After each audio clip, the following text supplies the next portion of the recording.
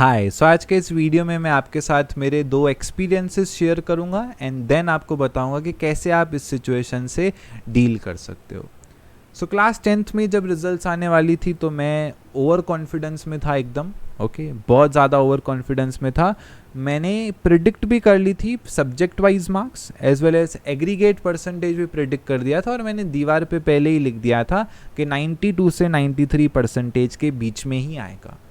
Confirm ऐसा मैंने लिख दिया था, कंफर्म एकदम 92 से 93 के बीच में ही आएगा।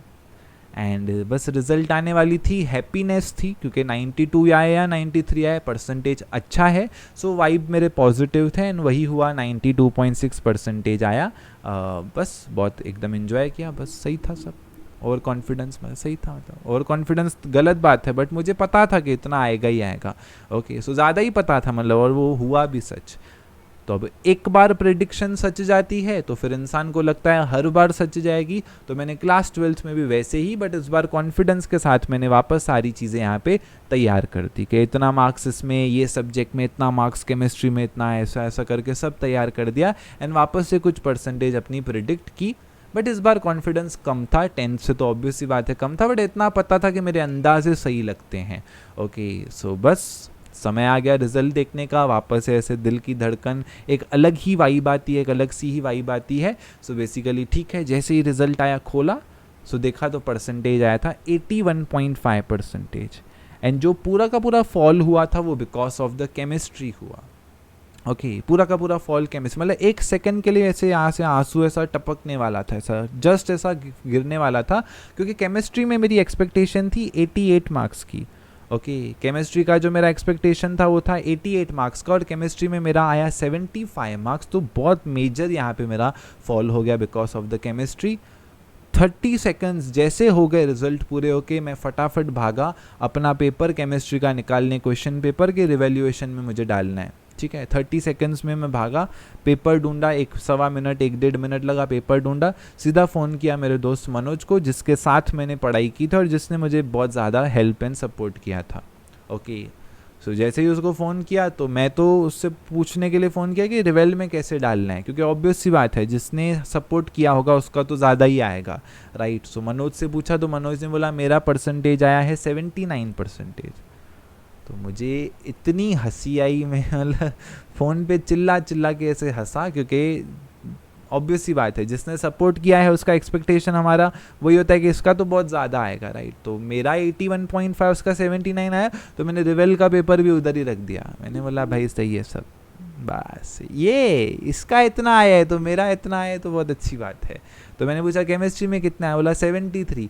बोला इसका 73 आया है, 75 तो फिर दौड़ जाएगा। सो मेरा सारा स्ट्रेस एंड सारा प्रेशर यहाँ पे रिलीज हो गया। अगले 5 मिनट में मैं रिग्रेट की सिचुएशन से एकदम हाई सिचुएशन पे पहुँच गया, क्योंकि देखा तो सबका मेरे से कम ही आया था। सब मतलब कंपेयर वैसे वे में नहीं किया, बट मैंने देखा सबका अप्रॉक्स इतना ही आया था। सो ये थे मेरे दो एक्सपीरियंसेस एंड मुझे मार्क्स से इतना ज़्यादा फ़र्क नहीं पड़ता है, to be very very honest. But दुनिया को पड़ता है वो अलग बात है।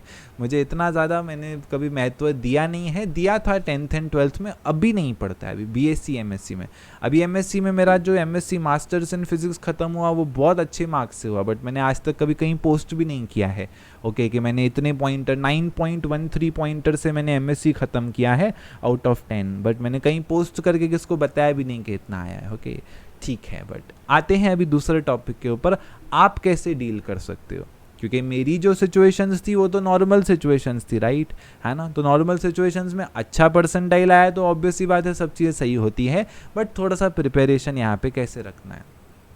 सबसे पहली बात समझनी है, आप लोगों ने जो सिचुएशंस में पेपर दिए हैं वो सिचुएशंस नॉर्मल नहीं थी। ये सिचुएशन आपको अपने दिमाग में डालनी है। आप लोगों ने जो सिचुएशन में पेपर दिए हैं वो नॉर्मल नहीं थी।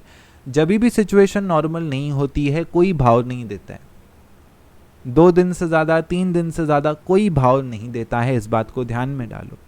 एग्जाम्पल तौर पे जब कोरोना 2 ही बैचेस थी ना, एक आपकी बैच है, एक आपके पहले वाली बैच है, दोनों सिचुएशंस दोनों बार नॉर्मल नहीं थी। आपके पहली वाली बैच के बोर्ड एग्ज़ाम्स हुए ही नहीं, क्योंकि बोर्ड एग्ज़ाम्स नहीं हुए, हर बंदे का 90 अबव आया, हर बंदे का, मतलब इतने ज़्यादा लोगों का 90 अबव था कि 90 अबव में भी ऐसा लग रहा था कि बस तेरा 92 आया, 92 आया इसका कोरोना में। ओके तो इतना ऐसा सिचुएशन हो गया, सबका 98 आ रहा है, 97 आ रहा है, सब 85 के ऊपर बैठे हैं। ऐसे ऐसे लोग जिनका शक्ल देख के पता है कि इनको फिजिक्स का सम बेसिक दूंगा तो भी नहीं आएगा, बोल रहा था सर मेरा 87 आया 100 में से।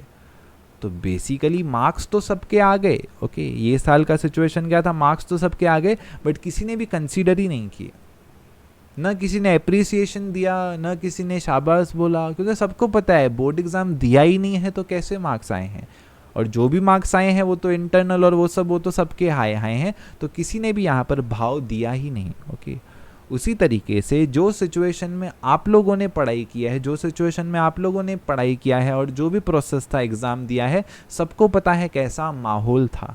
ओके तो कोई भी उतना ज़्यादा आपको फोर्स या उतना ज़्यादा आपको मॉरल डाउन या कुछ भी आपको नहीं करे, क्योंकि इन्वायरमेंट आपका बहुत ज़्यादा अलग था। तो सबसे पहली बात तो आपको ये चीज़ अपने दिमाग में डालनी है।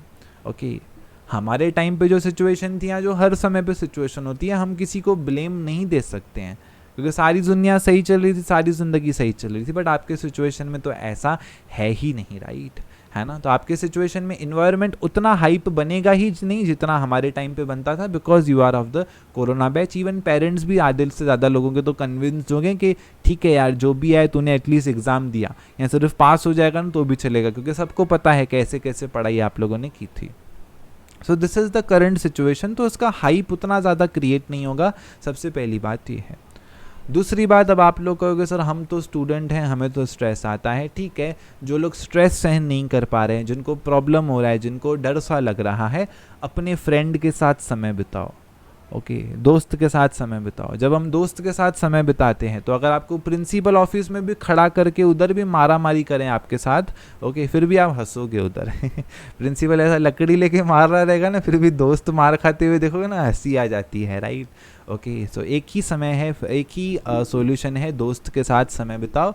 रिजल्ट भी भले हो सके तो साथ में देखना, क्या टेंशन की बात है, राइट। फ्रेंड्स के साथ हम जब रहते हैं तो कुछ भी एक्सट्रीम्स हो हम इजीली सह लेते हैं और साथ में सह लेते हैं, है ना। सो ज़्यादा टेंशन का बात यहाँ पे है ही नहीं। ओके मेरी भी जो भी SY के रिजल्ट्स हम देखने जाते थे, जो भी हम चीज़ें करते थे, सब हम साथ में करते थे, कुछ फ़र्क ही नहीं पड़े। मैं उसको बोलता ये देख के तो बता, मेरे को मन नहीं हो रहा है देखने का। ओके सो वो मुझे बताता था। एक बार तो ऐसा हो गया था, मेरा पॉइंटर आया था 7 आउट ऑफ 10। ओके दोस्त ने मुझे बताया तेरा 7 आया है 10 में से, मेरा 6.3 आया है 10 में से। मैंने बोला ठीक है चल कोई बात नहीं। ओके फिर बाद में पता चला वो जो सॉफ्टवेयर था जिसमें से ये सब बन रहे थे, पॉइंटर बन रहे थे, वो ख़राब हो गया था, तो मेरा 7 था ही नहीं। ओके वो सॉफ्टवेयर 7 के ऊपर काम ही नहीं कर रहा था, एल्गोरिदम जो उसका डाला गया था ना उसमें से मैक्सिमम आंसर 7 आ रहा था। तो मुझे बाद में पता चला मेरा 8.7 आया आउट ऑफ 10। तो मैंने बोला मुझे पहले भी कोई फ़र्क नहीं था, अभी भी कोई फ़र्क नहीं है, ठीक है 8.7 है। ओके तो जब आप फ्रेंड के साथ रहते हो ना, तो चाहे ज़िंदगी का हाई आए चाहे ज़िंदगी का लो आए, आप उसको सर्वाइव इजीली कर सकते हो। तो थोड़ा फ्रेंड्स के साथ रिजल्ट देखो, स्ट्रेस वैसा कम करो, वीडियो कॉल पे बात करो।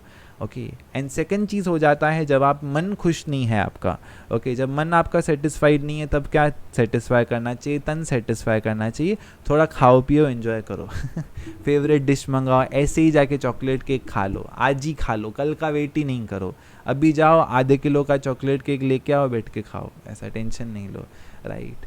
और चाहिए हम ऐसे ही करते थे कॉलेज में, राइट, मिठाई लेके आओ, 1 पाव मिठाई लेके आओ, मिठाई वाले के बाहर रुक के खा जाओ, आज ही सब कर दो मीठा वीठा खा के, कल पे कुछ छोड़ो ही नहीं ओके सो स्ट्रेस फ्री रहो। स्ट्रेस फ्री रहना पॉसिबल नहीं है, मुझे भी पता है, मैं क्यों कह रहा हूँ स्ट्रेस फ्री रहने को। स्ट्रेस फ्री मत रहो, बस छोटी छोटी चीज़ों को एंजॉय कर दो, थोड़ा डायरेक्शन बदल दो। अगर ये खुश नहीं है तो इसको खुश करो।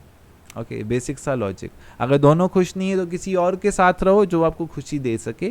सो यही वे है स्ट्रेस को थोड़े से अवॉइड करने के।